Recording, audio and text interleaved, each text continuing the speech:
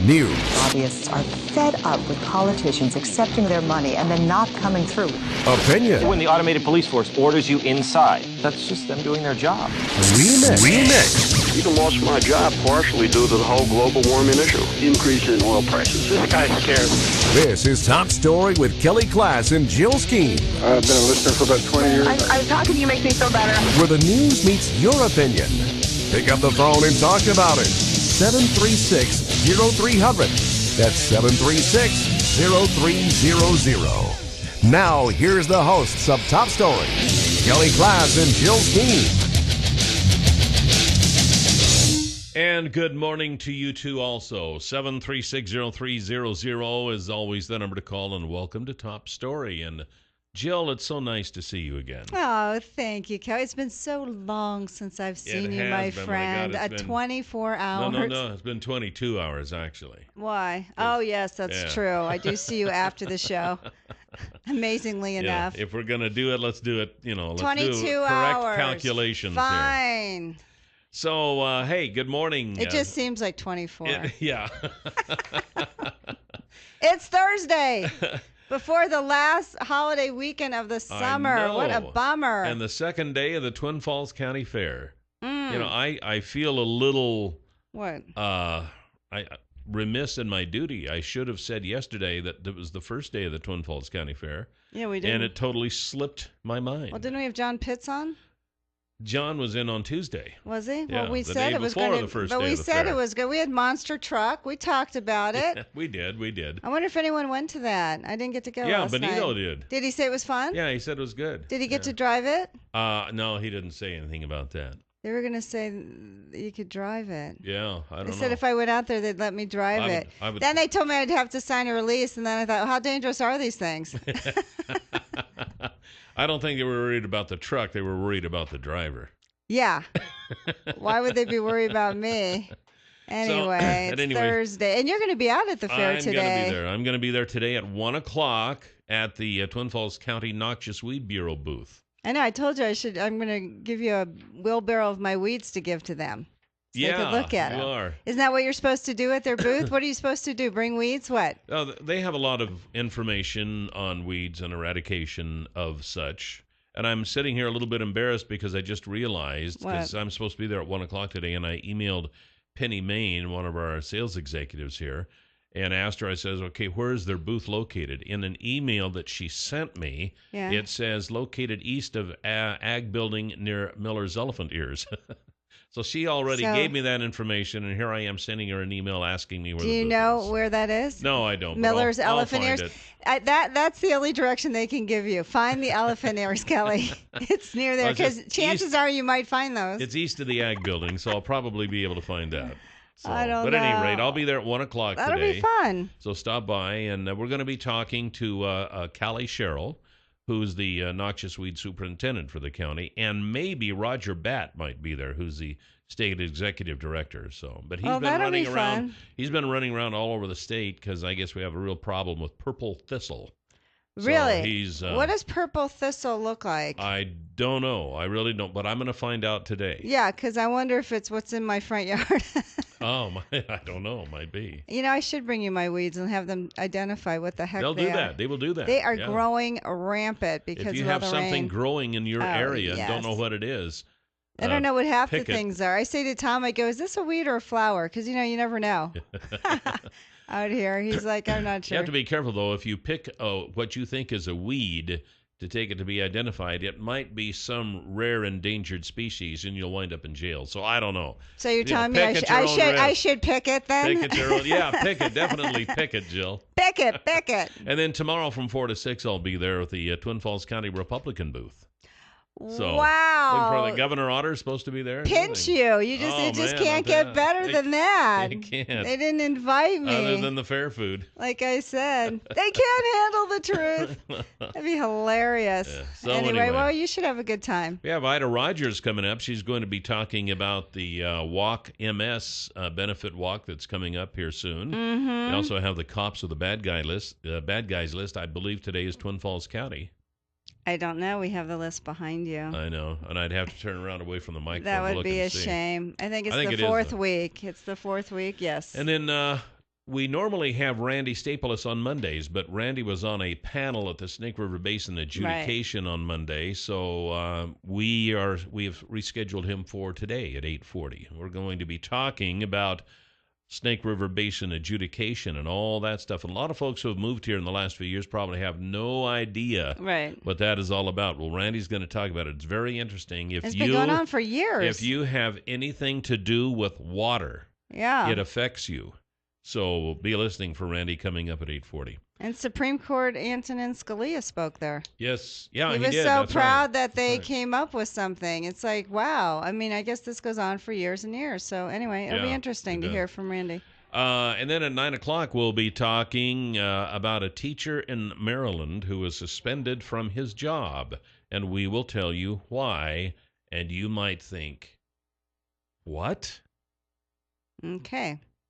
That's the hook right there. There you go. Sit on the edge of your seat Tune and just in wait. to 9 o'clock because you won't believe this one. That's right. You won't. Even Jill is stymied by this. And you said Cambridge. I'm like, Massachusetts? No, Maryland. Yeah, Maryland. And you said Dorchester County. I'm Maryland like, Dorchester, Massachusetts? No, Dorchester, Maryland. It's east of Idaho, so it's back east, you know, so that's just dangerous territory. It just is anything east of the Idaho border. Well, I don't know. There's Idaho and Montana. They're pretty good.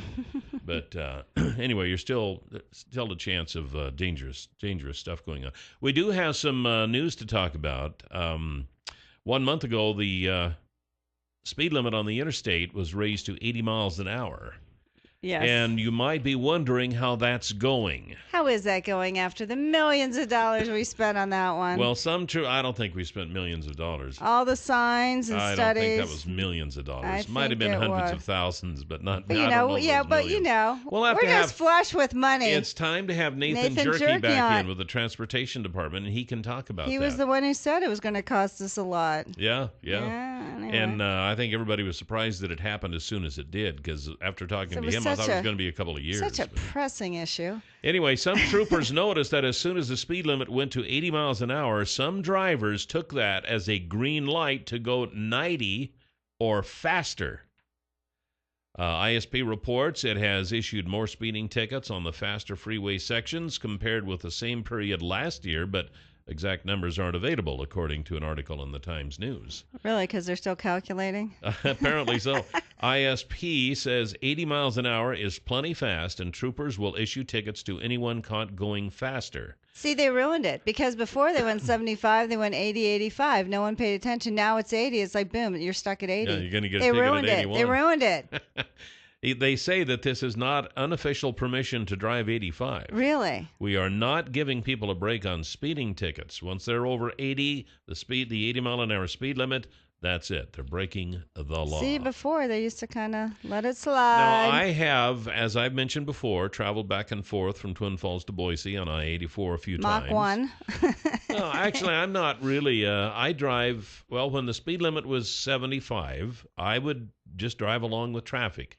I would drive between 75 and 80, okay? 75 and 79. And now that it's 80, I will drive 80. Maybe 81, just kind of depends. But there are some people who still pass you like you're standing still. Right. I mean, I still don't understand the need for it. I don't understand. It just seems silly. And when you're in an accident, and we've heard from the state troopers that your chances of being hurt more severely or making it out of it, or they go down, you know? Yeah. So anyway, whatever. More tickets. I guess the revenue will help pay for the signs.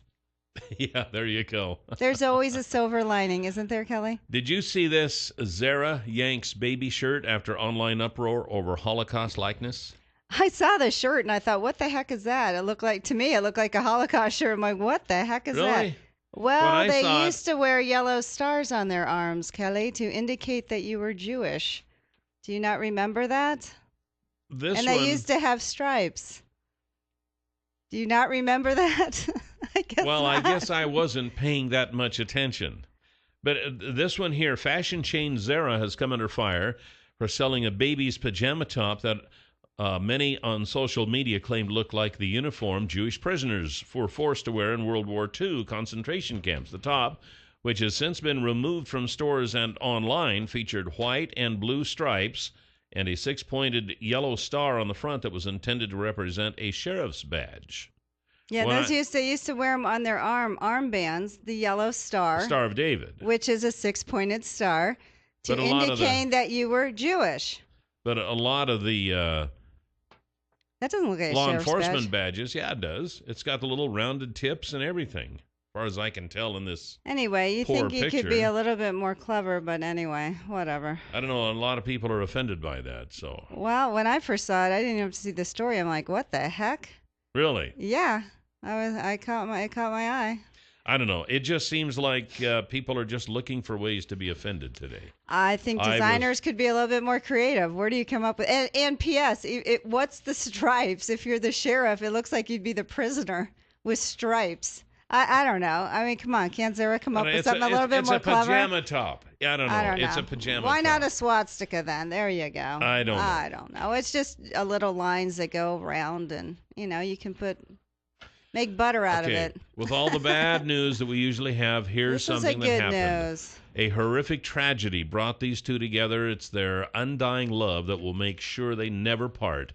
On Saturday, James Costello, who was seriously injured in the 2013 Boston Marathon bombings, married Krista D'Agostino, the nurse who helped him through his recovery, according to a statement released by the Hyatt Regency Boston. So this guy was seriously hurt in the bombing. They took him to the hospital. This nurse, who was actually a temporary nurse, she was a traveling nurse, and she was there for 6 weeks. She was in the rehab part. In the rehab part. Yeah, not the hospital. And she helped him get back to, he could walk again and do all this kind of stuff. They fell in love, and they got married. Isn't that nice? Only in America, huh? Isn't that nice? I'm sure it happens in other countries. Nice. But yeah, and that's lovely. They had lovely. pictures of a lovely couple. Yeah. And they should, live happily ever after. There's a front and a back to everything, KLIXcast. Well, sometimes a front and a back to everything. In tragedies, you need to look. There's a silver lining. For a silver lining. And you know what he said? I'm glad I got blown up. I would have never met her. Wow. Yeah. But think about it. He never would have. That's right. So anyway. Isn't it interesting? And we could probably all go back, and I don't want to get too philosophical here. But, we can go back on our own lives and we can think of certain situations that happened that if they had not, and they might be pretty serious situations, that if they had not, then something good that happened might never have happened. Well, I met Tom in Philadelphia at a macrobiotic health week because his sister said to him, "Oh, Tom, just go. It might change your life," or something. It will change your life.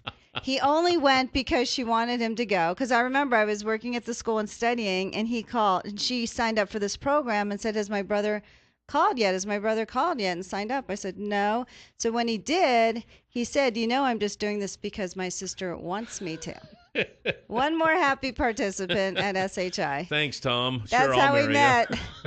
That's how we met. That's why I'm here. I know. So. Interesting stuff. We could probably have story after story, but we're going to talk about the MS Run Walk next here on Top Story. 7360300 is always the number to call here this morning on Top Story. Welcome back. We're going to be talking here about a way that you can kind of kill two birds with one stone. You can get some exercise, and you can help out a worthy cause, because we have Ida Rogers and Sarah Ringling here with us this morning from Walk MS. Good morning, ladies. Good morning. So tell us, what is Walk MS? Walk MS is an event sponsored by the National Multiple Sclerosis Society that we put on here in Twin Falls to help raise awareness and funds for multiple sclerosis. How long has this been going on? That's really a good question. We've had some debate about that this morning, but we think at least 5 years, possibly more. Okay. All right. Okay, great. So what is MS? Why should people be concerned about it? MS is a disease where your white blood cells attack the neurons in your brain, the nerves and the neurons in your brain. And so it can have a number of different side effects. It's wherever those white blood cells decide to attack determines your side effects. And there's no cure. There are treatments, though, so that people can continue to live their lives. Is it a big problem in the Magic Valley? Do we have a lot? Well, Actually, Idaho has the highest incidence rate in the United States of MS, with approximately 1 in every 300 residents being affected by MS. And MS is very unpredictable, and it can be very disabling, and it just depends on your particular type of MS that you get. There are 2 types of MS. There is relapsing remitting, which is the most common type, where people will have a bad spell and then kind of bounce back and do okay. And it's most effective for the treatments that are out there. And then there is chronic progressive, which is kind of as it indicates, you get it and you chronically and progressively get worse.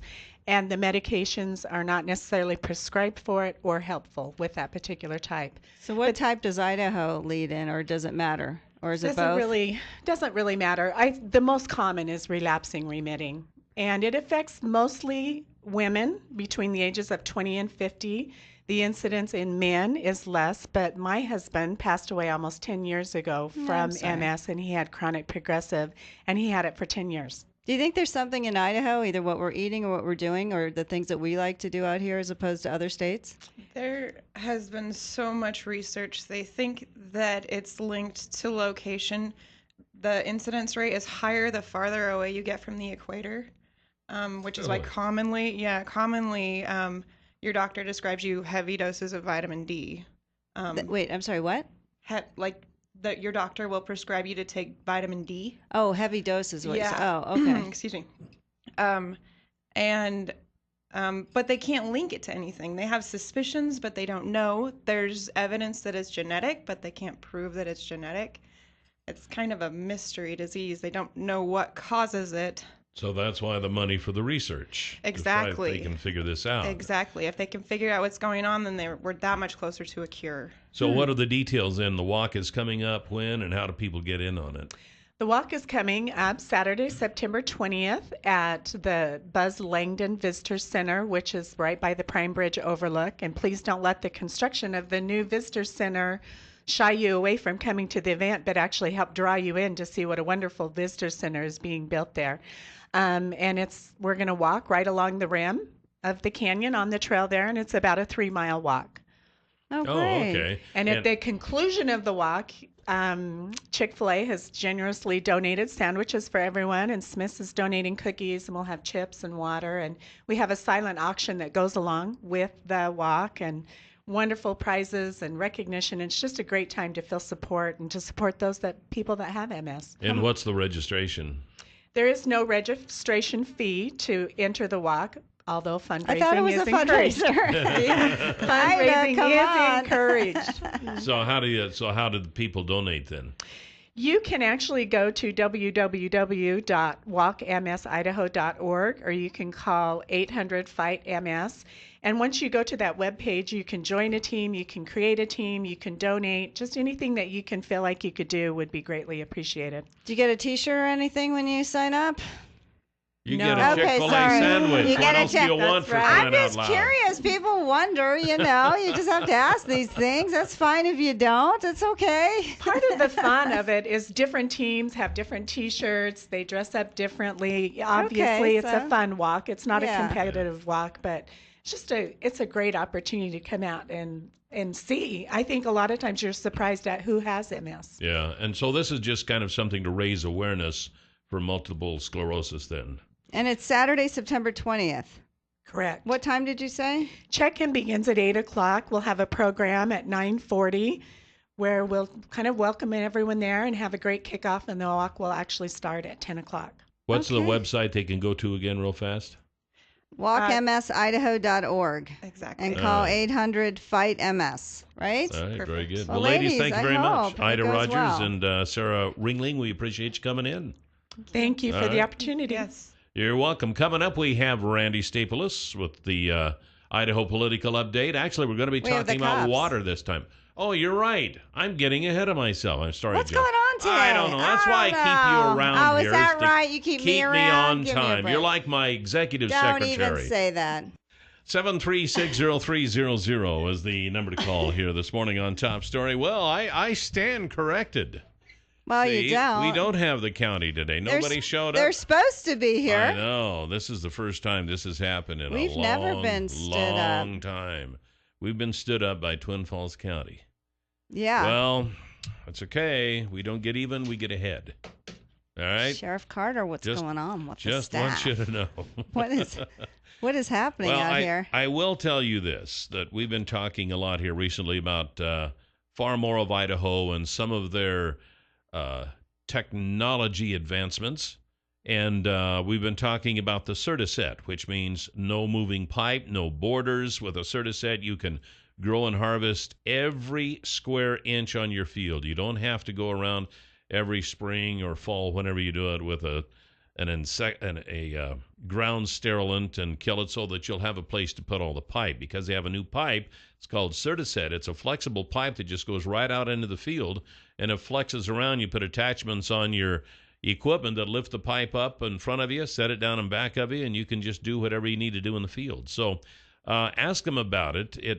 It does not require that you move the pipe out of the field before you harvest or do any work in the field.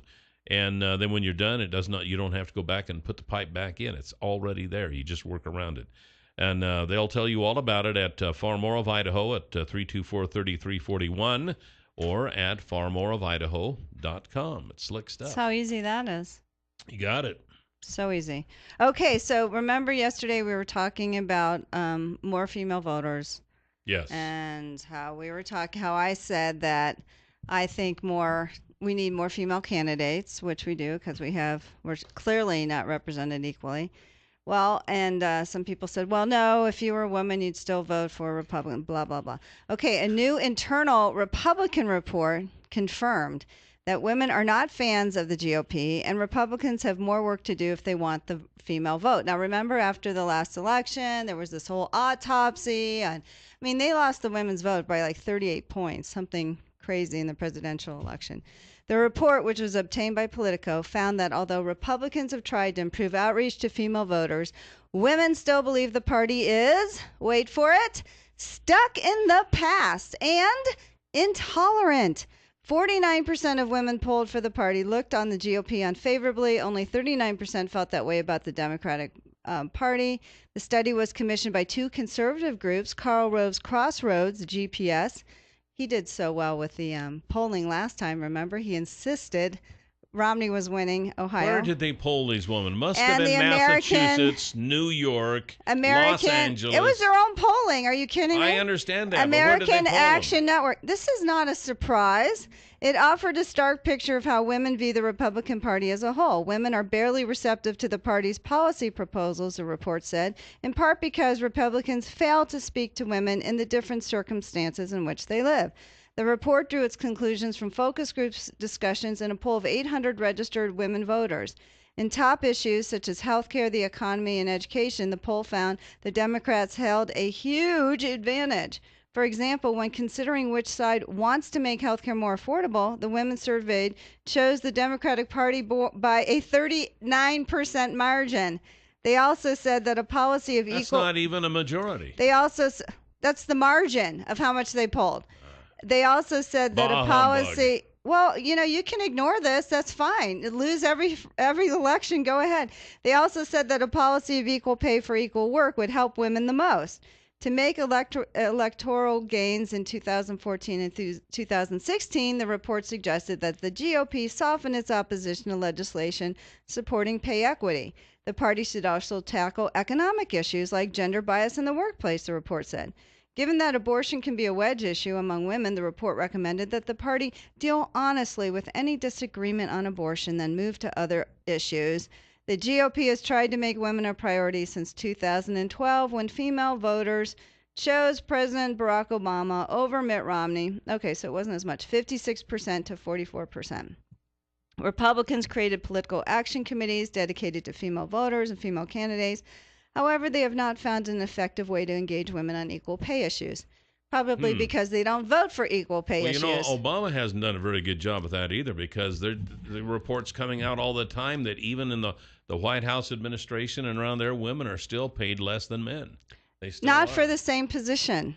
Not for the same position, and that's the whole thing. But the point of it is, the pay rate is still lower for women than it is for men in the White House. Now, he was going to equalize that, but he hasn't. The point of it is they can't pass an equal pay for equal work law. I mean, our own senators in Idaho voted against that. Why would you have to pass a law in order to make that They're happen? not paying it, are they? Why not? The White House isn't either. That's what I'm trying to say. Actually, for the same jobs they are. What are you not listening? If you're in the same position as a man, you get paid the same way. It's not there's no discrepancy in that. That's the facts. But overall, the women are still being paid less in the They are White paying House than the because men. they have different positions, That but shouldn't not make the any same difference. position. Okay. Equal pay should be equal pay. You know what? And guess what? The Republicans still can't hear anything about women's issues, so good luck in 2016. You'll never have another Republican president. We'll be right back with Randy Stapilus. 7360300 is the number to call here this morning on Top Story. And I remember many, many years ago, this was back in the 80s, when they started all kinds of litigation, I guess. There's probably a better word for that. But there was a big dispute over who really did own the water in the Snake River. And that started the Snake River Basin Adjudication. They built a building here in Twin, the Snake River Basin Adjudication Court. I knew people who worked in there. It was a big deal. But I think over the years, the importance of that has kind of slipped us by. And we have Randy Stapilus with us. He usually is with us on Mondays, but this week he was attending some special panels, and he was moderating the panels at the Snake River Basin Adjudication. It was kind of, I guess, a celebration of the end of that era. But at any rate, Randy can probably explain it better than I can. But good morning, Randy. Good morning. Good morning. So how did the moderation go at the SRB? And what was that? Was that kind of a celebration of the ending of the court, or what exactly was that? Well, actually, what it was at the end of the day was a signing of a document, and it was kind of a ceremony like governors often use to sign kind of important bills, in which the SRBA presiding judge, Eric Wildman, signed what was considered to be the final order, the final decree in the SRBA, and that means that at least more or less, mostly in theory, and you hear those weasel words there, the Snake River Basin Adjudication is done. Now, there are a few things that are still hanging out there, and in truth, the last pieces haven't been totally put into place, but essentially the adjudication is 99.9% complete, and 158,000 water rights around the Snake River Basin, and that's a lot of water rights, have been approved now. Oh, okay. And so that's kind of a big deal. Before that happened, during the day, there was what really was kind of a day-long seminar on the adjudication, and I was able to moderate two of the panels that discussed what the SRBA was, why it was needed, how it operated, and where things go from here. And those first two panels that I was involved with actually featured all of the people who were on them either were current or former Magic Valley people, which is kind of an indication of how important the Magic Valley is and has been in the SRBA. So how did it change things? Because they said Idaho Power had a lot of water rights, and that a lot of people thought that they shouldn't have how has it changed things going forward now? Is there going to be a dramatic change? Not in the sense that a lot of people are going to be using a lot of water in drastically different ways. I think one of the reasons that it kind of worked was that it didn't change the way things generally are done for the most part on the ground. But what it did do was to set up a good deal of certainty. There's now solidly in the record a declaration of the rights that everybody has in the Snake River. And that was never there before, really. The situation before was kind of what led to the adjudication in the first place. The idea, for example, that was the launching one, that Idaho Power had rights that could preempt most other people's in the Snake River, and that could put a lot of irrigators, a lot of farmers, could put a lot of people out of business if they had if they had pursued that, and if there hadn't been some kind of a settlement. Which is kind of ironic, because big irrigators who use a lot of big pumps are are good big customers of Idaho Power. Yeah, and that's exactly right. And they didn't really. Idaho Power didn't. It's not as though Idaho Power wanted to damage these people or put them out of business, because they're important customers of theirs. Right. And they were aware of that. They didn't want that kind of a fight, but they were kind of stuck themselves, because they were obligated to their ratepayers and more especially to their stockholders to get the most value for their stock and to keep their rates down. So given that, they were pretty much obliged to do what they could to defend those water rights, and once the court said that they had them. And so the first thing that happened back then, after the Idaho Supreme Court declared that Idaho Power had the earliest priority date rights on a lot of that, the first thing that happened was that Idaho Power sued 7,500 people. Yeah. And if nothing else had happened, if there had been no settlement, a lot of those people would have just been cut off of water, and a lot of farms would have gone dry. Yeah. What to the average ordinary person like me, we're not going to notice anything. And like you said, nobody's going to really notice anything anyway. But I remember back in the early 80s, I think it was, I attended a meeting at CSI on this very issue, and they handed out these little cards that we with domestic wells were supposed to fill out and hand in. Now, maybe you don't know, maybe you can't answer this, but did that have anything to do with this whole thing? I mean, did that kind of solidify my rights for a domestic well, or? Yes, it sort of does. There wasn't and isn't a strict requirement that domestic water users like you would absolutely had to participate in this. You could opt out. There's still kind of a recommendation to participate in, because if you do, and assuming that the right is approved, and practically all of those kinds of what they call de minimis rights, very relatively small scale rights, practically all of those are approved. Once they are, then you have them, locked down legally. It's the same as having a deed to your land and house down at the courthouse. It's the same kind of thing. It's more solid than it was before. It's really not even much subject to dispute. Will this adjudication have anything to do with helping Idaho keep its water? Because I know throughout the decades there's always been talk about California wants Idaho's water, and I know there's really no way to deliver it to them right now.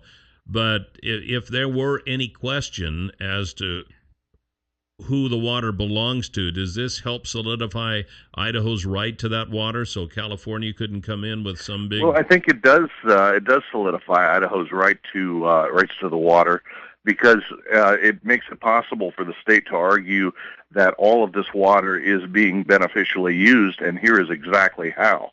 There's no need to speculate. There's no need to draw general conclusions or guess. Idaho people could go into court and say, we are already using this water, and this is exactly how we are using it. It's very very clear and precise.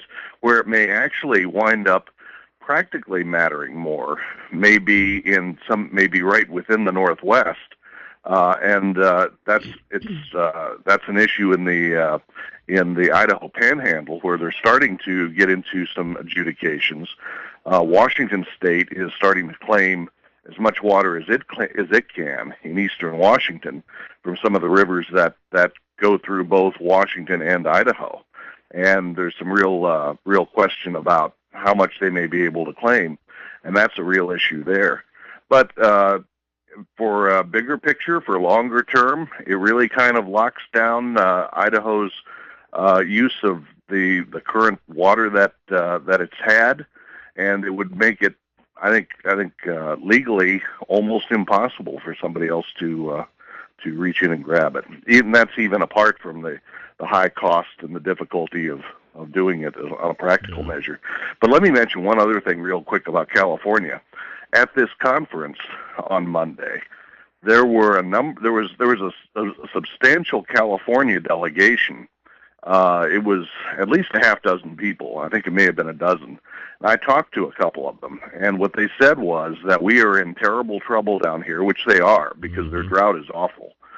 And they are looking toward what Idaho has done and trying to find lessons that they can use in terms of improving their water situation, their water organization management.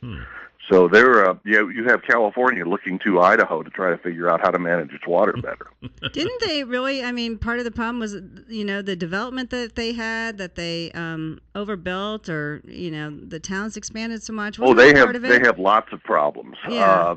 The kinds of water use that they have accounts for an enormous amount of water that I think a lot of people in Idaho would look at as probably being kind of wasteful. They do not meter or track the amount of water that's being used in a lot of cases. In Idaho, there's a lot of water metering at wells and other locations. In California, they don't do that. In a lot of ways, California acts as if it's a water-rich state when, in fact, it's a pretty water-poor state.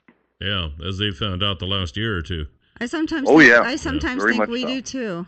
But Randy, Supreme Court Justice Antonin Scalia spoke, and the comments I read in the paper, he was almost surprised or really was happy that they came up with this agreement, because so many states have had trouble coming up with this.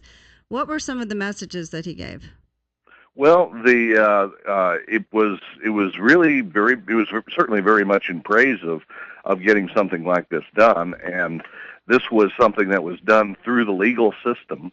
And so in part what this was a Supreme Court justice who was talking about what the legal system could accomplish. But one of the points that he was making philosophically, and this was about as close to as he really got in this discussion to his legal philosophy on the court, was to say that this was something that a state government accomplished, and he said that he was very much in favor of more in favor in a lot of ways in having states do things than the federal government do things.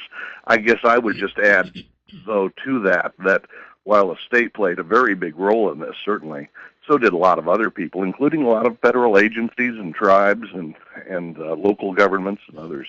Right. So this was really a widespread, really a very cooperative kind of thing, and that was a key to getting it done. We got a caller. Let's go to the phones. Top story. You're on the air with Randy Stapilus. Hello. Yep. Go ahead. I deal in water, and so I know a little bit about it. But what Idaho needs to do is we need to develop recharge sites all up and down the river so that we can capture the floodwaters that go off in the spring every year. There's just a lot of years there's a ton of water goes out of the state for no good reason, and we could sure use it in our aquifer to expand the number of rights that the state would put out for beneficial use. Yeah, and I think, actually, isn't it, Randy, correct me if I'm wrong, that's a lot of the water that Washington is after in Oregon. Oh, that Washington and Oregon do pick up on a fair amount of that water. There is some talk about figuring out how best to deal with the spring, with the higher spring runs. And there's been one of the legal issues that's still been kind of hanging out there to a degree is the question of water use by people who have relatively junior water rights early in the year. If they let that water pass by, have they kind of in some ways forfeited some of those rights? That's been one of the issues that's come up. But that whole area of storage and of early in the year runoff is one of the subjects that we'll continue to see. It's it's a good example of the kind of thing that although we have the adjudication complete, there are still plenty of legal issues out there.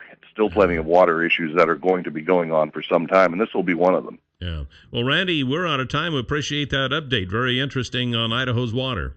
Thanks, Very Randy. good. Well, thanks to do it. All right. Have a nice long weekend. I guess Monday is Labor Day, so I guess we'll have to make arrangements for next week too, won't we? Okay, I guess so. Yeah, I'll get a hold of you on that. All right. All right. Thanks, Randy. Thanks, Randy. We'll talk to you a little later. All right. Bye. Bye-bye. And welcome back to Top Story, 7360300 as the number to call. Coming up a little bit, we're going to be talking about a Maryland teacher who was suspended, and when you hear why, you will be shaking your head. Either up or down, I suppose. Yeah, I guess so. But we'll find out. I just wanted to take a moment to thank one of the members of the Twin Falls County Sheriff's Department, Sergeant Haskell, for being a listener. Listener and running interference for us and making some certain phone calls. And yada, yada, yada. Ken's here today. Sergeant Ken Menzel. Yeah. Actually, I guess to be official, we should do this. Sergeant Ken is a little late, but that's okay. Actually, you had a good reason, Voila, I'm here. Yeah. Do you want to tell everyone why? This is a week that the Sheriff's Office really kind of amps up what we're doing. It is Twin Falls County Fair Week, and that's where I was at last night. Yeah, and you were there till like 2 in the morning. So, and when you came by, I thought, oh, well, I didn't know it at the time, but when you said you worked until 2 in the morning, I kind of felt bad. I thought, oh, well, shoot. You shouldn't feel bad. Doesn't the Sheriff's Department have somebody else they could have sent in your place, and let you do a little sleeping, but... Anyway, well, we appreciate you there. Yeah, we appreciate you coming on. And we're so happy they're listening. Yeah. Our thanks to Sergeant Haskell. He should enter to have lunch with Kelly and me. No kidding. I know. So the fair is going on. It is, yeah. So this is, Thursday, so it's the second day. How did the first day go? We had a large showing last night at the Monster Truck Show. The grandstands were full. I know last year we had about 1,800 people show up, and it was packed with more than 2,500 people last night. That's awesome. Oh, very cool. So we had a really good showing last night at the Monster Truck Show. Did you watch it? Were you able to? Briefly, yeah. Did it look cool? Did you see the Transformer things? I saw them come out for a little bit, but I ended up having something else to do. Yeah. I could smell the fair foods, so that kind of took my attention away from the truck show. Is there food here? Yeah.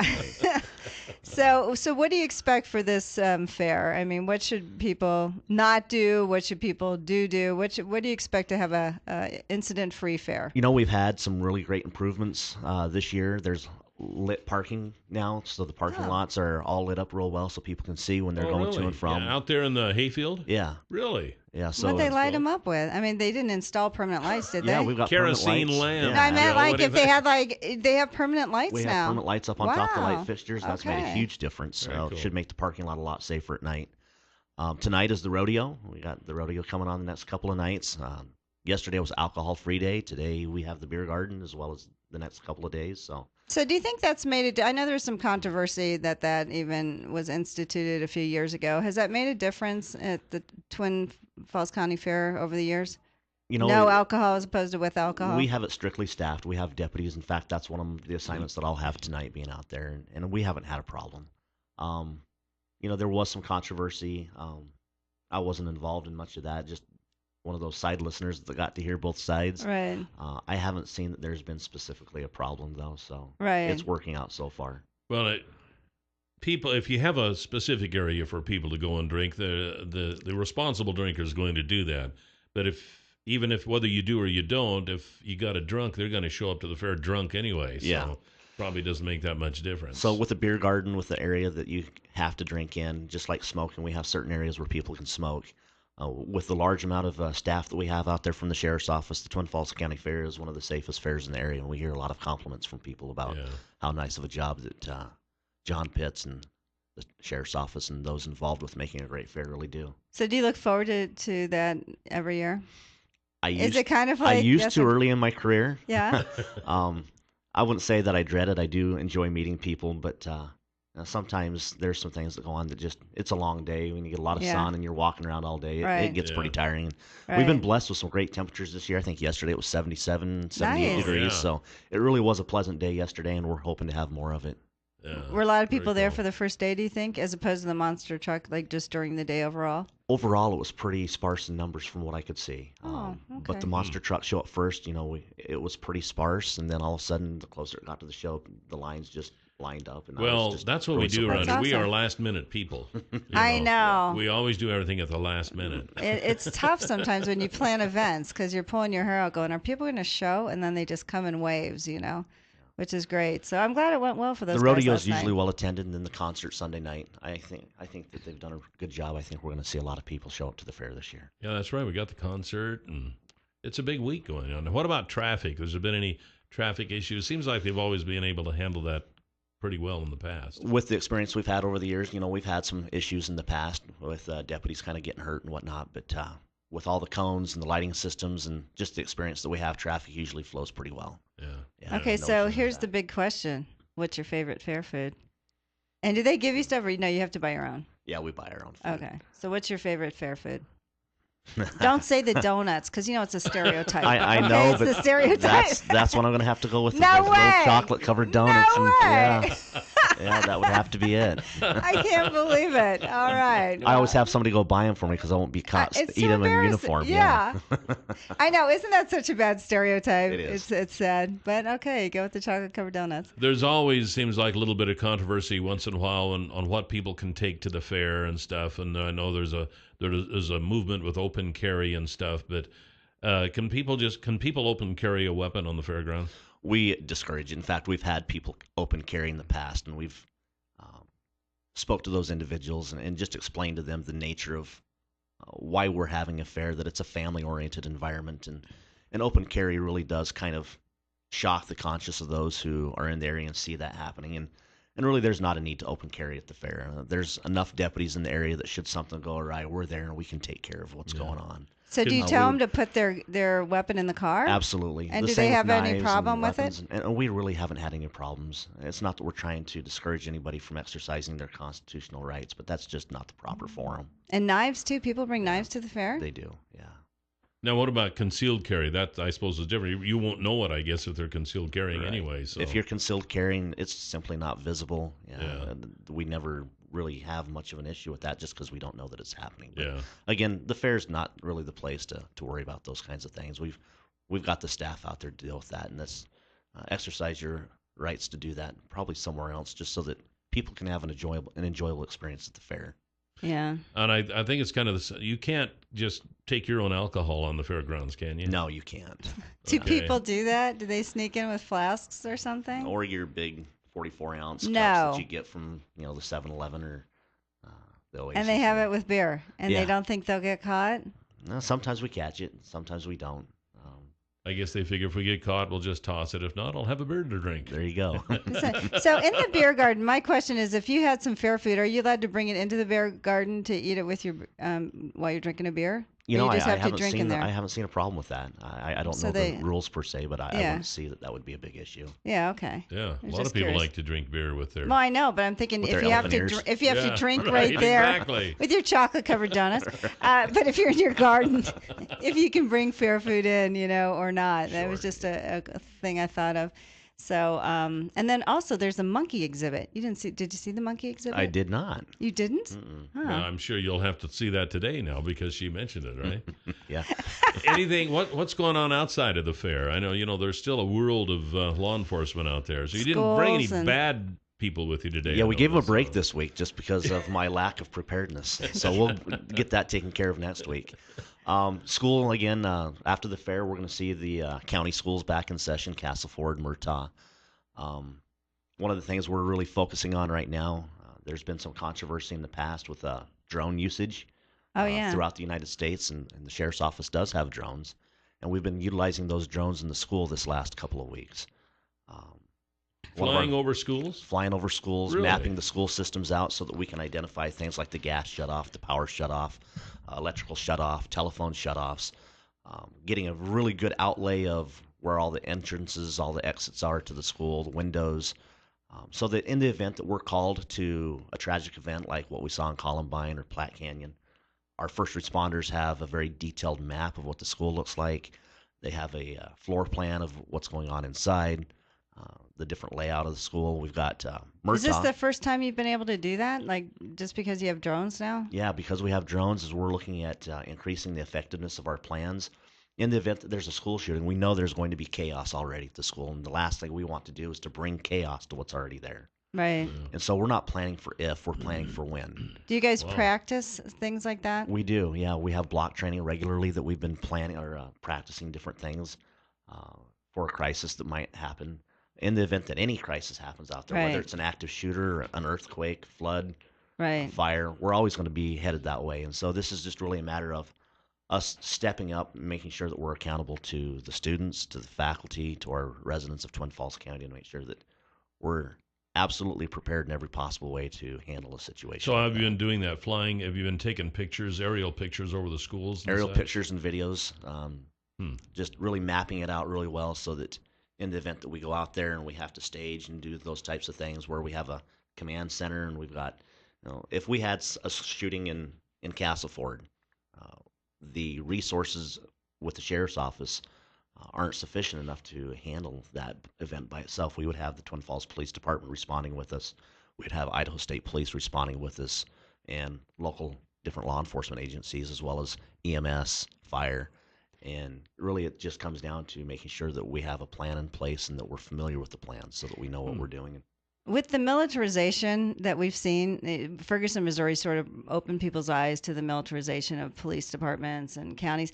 What kind of equipment? Does the Twin Falls County have any Humvees or any armored or these M16 or whatever the heck, grenades, whatever else, rocket launches? Don't you? We have a few fully automatic rifles, yeah. Our SWAT team is really well equipped to handle situations. And you look at a lot of people and they talk about the militarization of the police department, and it's not that we're really trying to be a military type organization, but when you're taking a look at some of the events that are going on out there and you take a look at the number of police officers that die every year, one of the things that is tantamount for us is to make sure that our police officers are equipped well enough that they can survive the event and go home to their families at the end of the day. I know, because I read on the Secret Service how ill-equipped their weapons are compared to what they're dealing with. Right. Do you worry about that? Like, some of these guys are getting a hold of, anything, and you're dealing there with your just, state issue, equipment. And the last thing we want to do is send law enforcement officers into a situation where you've got guys with fully functional automatic weapons, AK-47s and whatnot, and we're sending in a underprepared police force. That doesn't make a whole lot of sense. So do you think you should have better weapons? I think that the weapons we have with the sheriff's office, I don't see a problem with it. We do have, I believe, sufficient for what we're doing. For what we're dealing with here. Right. What if you don't have any Army tanks or anything on order? Or? We don't have any Army tanks on order. We do have Sergeant Haskell, call in if this isn't true. I'm kidding. we do have a armored personnel carrier, but that it's not working so well right now. I think it's having some engine problems, but and that's been around a while too. It has been around for a very long time. Yeah. Should we have told people Probably that? World War II, maybe. I don't know. Well, Sergeant Ken Menzel from the Twin Falls County Sheriff's Department, thank you for getting out of bed and coming in to be on the show today. You're welcome. And be safe out there. Don't eat too many donuts. There you go. Yeah, those chocolate-coated donuts. I tell you, those are good, though. Endorsed by Sergeant Menzel. We'll be right back with news of a Maryland teacher suspended from his job for what? 7360300 is the number to call here on Top Story. Yesterday's $100 instant winning name is Gene Hunt. Gene Hunt, congratulations. How do you spell Gene? Is it male or female? Gene, so it sounds like a male. Yeah. Mm-hmm. And your $100 word of the day for today is markers. Markers. M-A-R-K-E-R-S. Markers. Like magic markers for school. Gives you a chance to win $100. Go to our website, newsradio1310.com. Click on Word of the Day.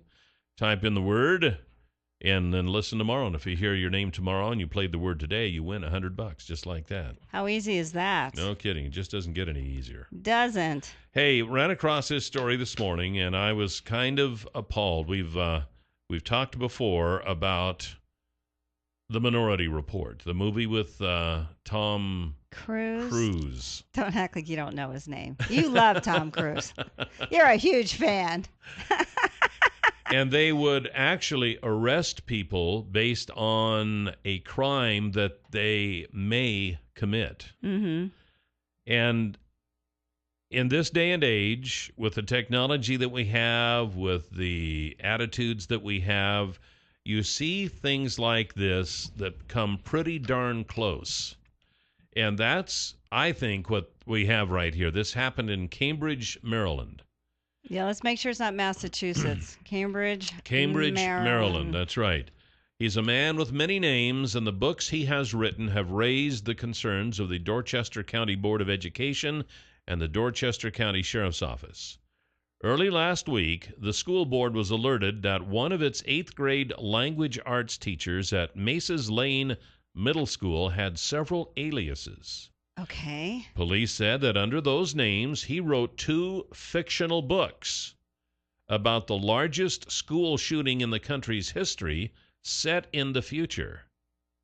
Now, Patrick McLaw is placed on leave. And I don't even understand why. Because he wrote the books. A lot of people write books under pen names. You're not going to get an argument out of me on this. But I don't understand what the charges are and why the police were involved. Well, it doesn't. It's kind of go on. Read on. Let me Kelly, read on. Dr. K.S. Voltaire is better known by some in Dorchester County as Patrick McLaw, or even Patrick Beal. Not only was he a teacher at Maces Lane Middle School in Cambridge, but according to Dorchester Sheriff James Phillips, McLaw is also the author of 2 books, The Insurrectionist and its sequel, Lilith's Heir. Those books are what caught the attention of police and school board officials in Dorchester County. The Insurrectionist is about 2 school shootings set in the future, the largest in the country's history. Phillips said McLaw, listen to this, Phillips said McLaw was taken in for an emergency medical evaluation. The sheriff would not disclose where McLaw is now, but he did say that he is not on the Eastern Shore. What did they do with him? The same day that McLaw was taken in for evaluation, police swept Maces Lane Middle School for bombs and guns, coming up empty. I don't get this. Dorchester County Superintendent of Schools Dr. Henry Wagner said the Dorchester County Board of Education has taken its own action. We have advised our community that the gentleman has been placed on administrative leave and has been prohibited from entering any Dorchester County public school property, Wagner said. The 23-year-old language arts teacher had already taught at the school for a year. With school starting Tuesday, some parents say that they are concerned about safety. But both Wagner and Phillips said there's nothing to worry about.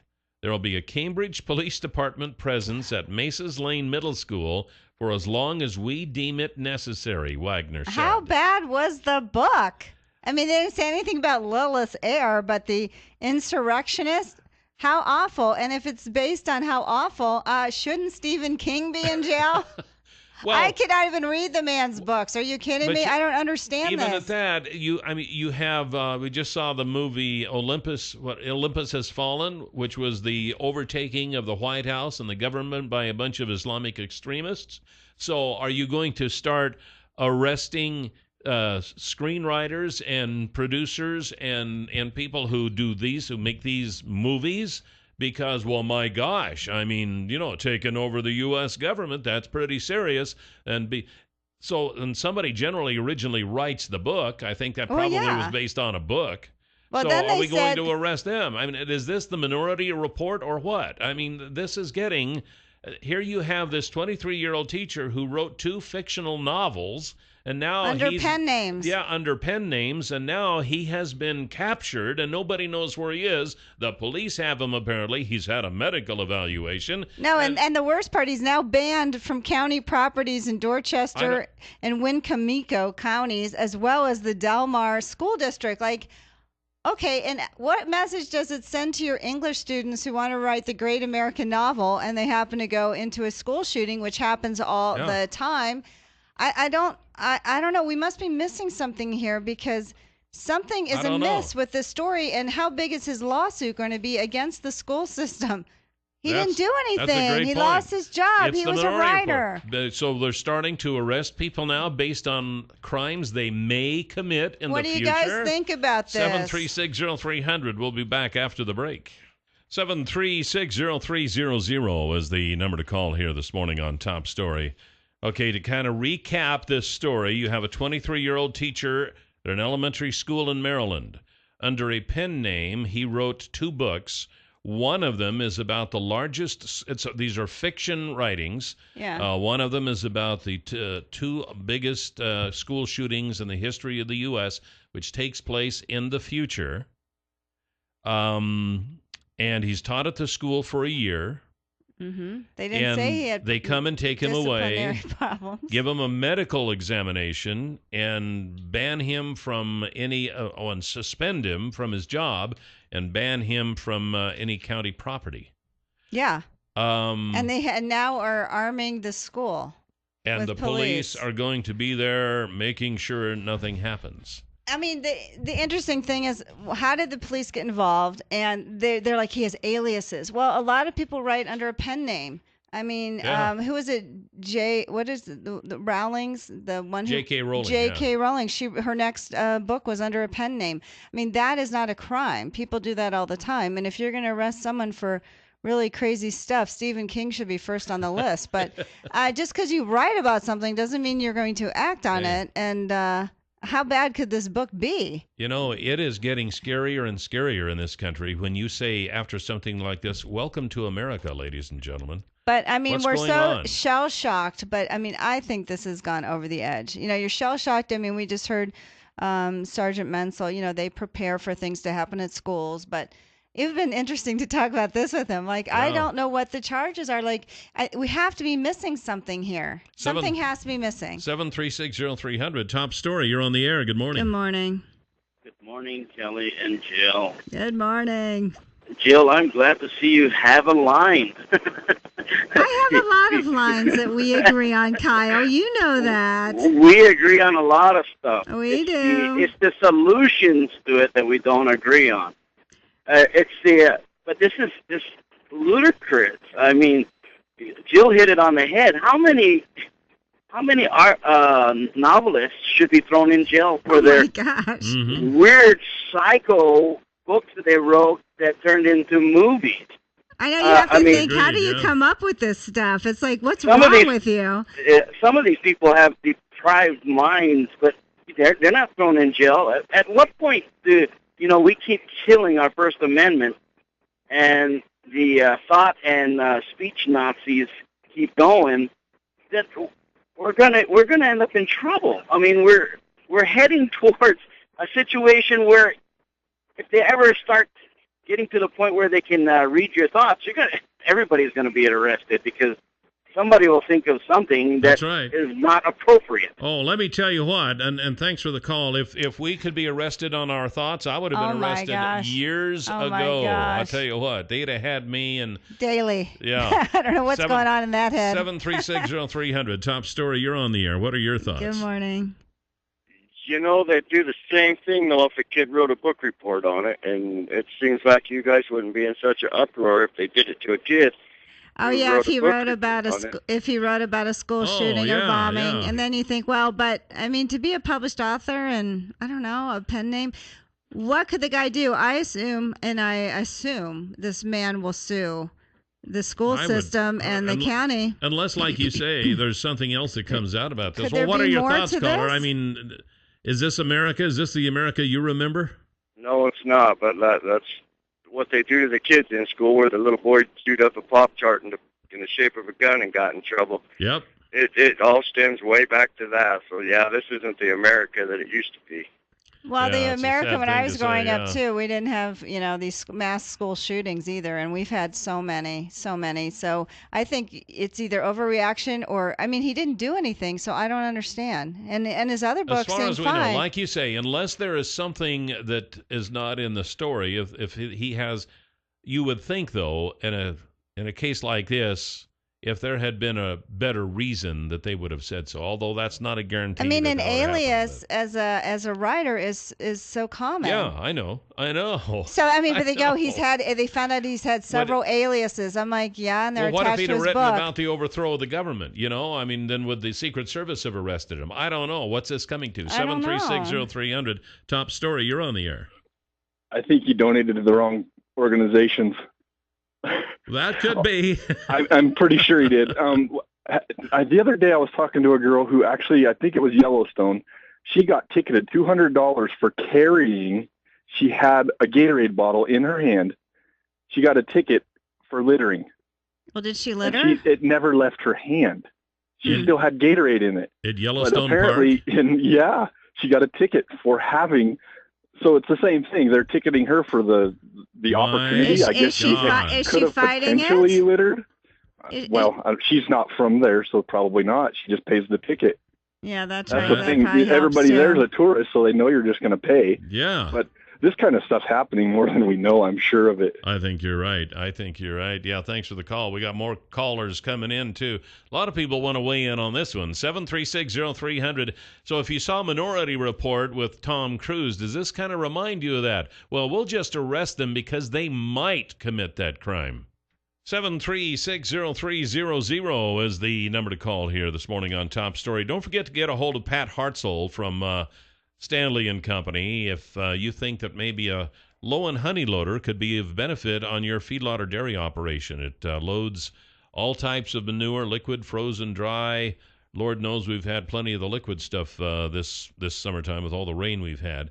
Maybe that got you to thinking. Maybe you got to thinking, maybe I could use one of those low and honey loaders. Well, you can set up an appointment to see one of these in operation at one of the local dairies or feedlots. And to do that, just get a hold of Pat Hartzell, and he'll make that happen. 280-1167 is the number. 280-1167. That's Pat Hartzell from Stanley and Company, and he can fix you up with a low and honey loader. Okay. So this is weird because I was searching for it. It's on Amazon. It was written in 2011, but the one review they have is basically it was posted yesterday, and this is what the review says. You just can't write a book in which someone gets killed and not expect the SWAT to haul you away to an unknown location. This guy had it coming to him. And then they talk about, and then it's about the news article is on the review that this guy was taken away from his house and... Really? This is the only review he has, and this is about the news story, what happened to the author.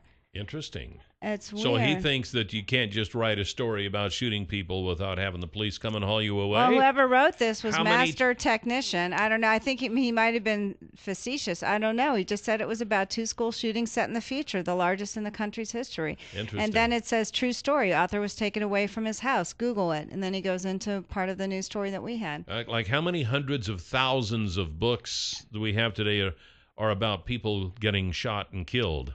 A lot. They have Guns, Democracy, and the Insurrectionist Idea by Joshua Horwitz. That's right down below. So, and here's Lilith Air. There's no, and that was written in October 2013. So he wrote this in August. 2011. Well, yeah. 3 years old. What did they just figure out? Did they just start reading it? 736-0300. Top Story. You're on the air. Good morning. Good morning. Morning. Yeah, that Amazon review, I would say the opposite. I say you should be able to write a fictional piece on anything and not get hauled away. Yeah, I think he was probably being facetious. Yeah. Did you hear about that kid the other day? Got hauled away because he wrote a fictional piece about killing his neighbor's pet dinosaur? Yes, I did. No, I didn't. I heard about that. His neighbor had a pet dinosaur? He got arrested because he wrote the word gun in the story. But I'll tell you, as far as this aliases go, it seems to me when they do background checks, they ask for your aliases. And I'm sure they did a background check on this. But did he use the alias Voltaire? Was that one of his aliases? Yeah. K.S. Voltaire, yeah. That's not very original. I like Carlos Danger. You remember Anthony Weiner? Yeah, That's a good one. Right. I do. Thanks for the call. Appreciate it. 736-0300 is the number. Top Story. You're on the air. Good morning. Good morning. Good morning. A lot of the problems we're having in this day and age with the mindsets and the writings is that we took right from wrong out of our children's lives back in '62. These kids haven't been taught morals. They haven't been taught honor, dishonor. You can't correct your children. They've taken history out of school, so they don't have any examples of bad choices and the results of dishonorability. And then we wonder why the government is doing what it's doing. Socialists did the same thing in Germany. Yeah, I don't think you're going back to 62. I don't think a lot of us wonder what the government's doing. I think a lot of us know what the government is doing. But look at it too, in that any mention they're turning our children deathly afraid of guns. Because any mention of the word gun, I mean, you can get suspended for mentioning the word gun, suspended for writing the word gun, suspended for chewing your cookie in the shape of a gun, and then the next generations to come up are going to be so deathly afraid of guns that they're going to just say, we just need to take guns away from the people. And it's just being manifested in the minds of our young people. But and also, you can see it as plain as the nose on your face. But also, these kids are dealing with something we've never had to deal with, and these educators are dealing with something, and they don't know if the person who's writing their manifesto about shooting up their kids is fiction or if they're going to do it the next day in school. And that's the problem. You can't determine what's happening. We've had so many school shootings. We've had so many kids that have been caught trying to do it, where they've thwarted the school shooting. I mean, everyone is on high alert, and with good reason. I mean, our officers are preparing not if, it's when. So, I mean, I can understand the sensitivity of it because you don't know who's going to do it and who's not. This I don't understand as an author. Published book, they haven't had problems with the teacher at all. I don't understand. You never can be too careful. But we haven't heard anything. And it's like if you're going to arrest like craziness, like I've said, I think Stephen King would be on the top of my list. I can't even read his books. 736-0300, top story. You're on the air. Hey, Kelly and Joe, it's Carl. Carl, hi, Carl. How are you?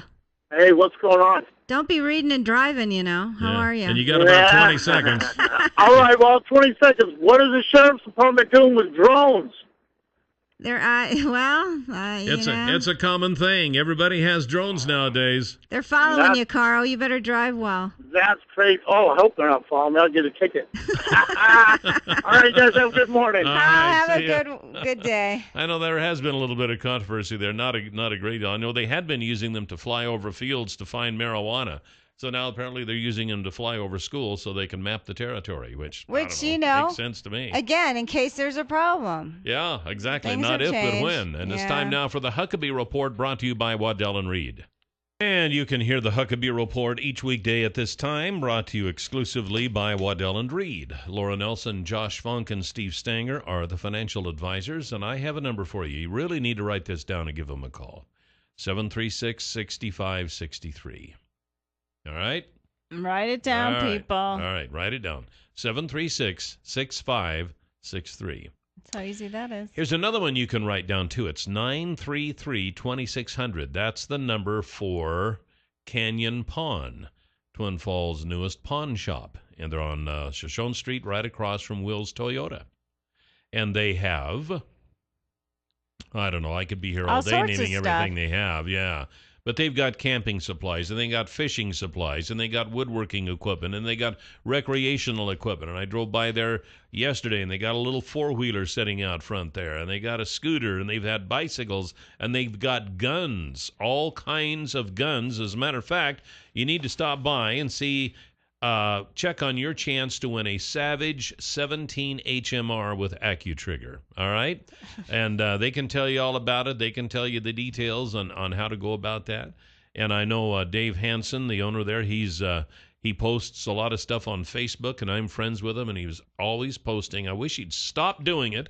Keeps posting all these pictures of these beautiful firearms, and I'm thinking, man, I need to run down there and buy that, And so anyway, he's got all kinds of them, and you need to stop in. It's a nice, clean store, and they're taking pawn items now. So if you need some extra cash for an item that you've got, talk to them about that too. They're online at canyonpawn.com. They're on Facebook as Canyon Pawn. They got a phone number. It's 933-2600. And just a good place to go and have a lot of fun. Okay, today I'll be at the fair. Weed Bureau. That's right, the Twin Falls County Weed Bureau booth at the Twin Falls County Fair. All right, so the question is, are you going to go and eat lunch beforehand or after? Are you going to eat lunch at the fair, KLIXcast? I don't know. I haven't really considered that You yet. haven't. Maybe both. Maybe I'll eat before I get there, and then be there. Spare you. We're going to be talking to the folks there about identifying weeds and some of the weeds that are I really should have brought you some a of serious mine. issue in the county. Yeah. Say, what are these? I know. Yeah. What are I these? could have taken it over for you and got it identified. I'll go home and pick a wheelbarrow and bring it back to the station. Okay. So anyway, I'll be over there from 1 until 2 today. So stop by then if you can. I'll be at the Twin Falls Republican booth tomorrow from 4 until 6. And today it's near the, elephant ears? Yeah, the County Weed Grow's on the east end of the Ag Building near the elephant ears. Right, so if you're getting an elephant ear, go look for Cal. Yeah, there you go, between 1 and 2. Only eat one, Cal. Oh, come on. What? All right. We'll be back tomorrow. It's Friday tomorrow, so you have a great day and have fun at the fair. Goodbye, Jill. Bye, Cal.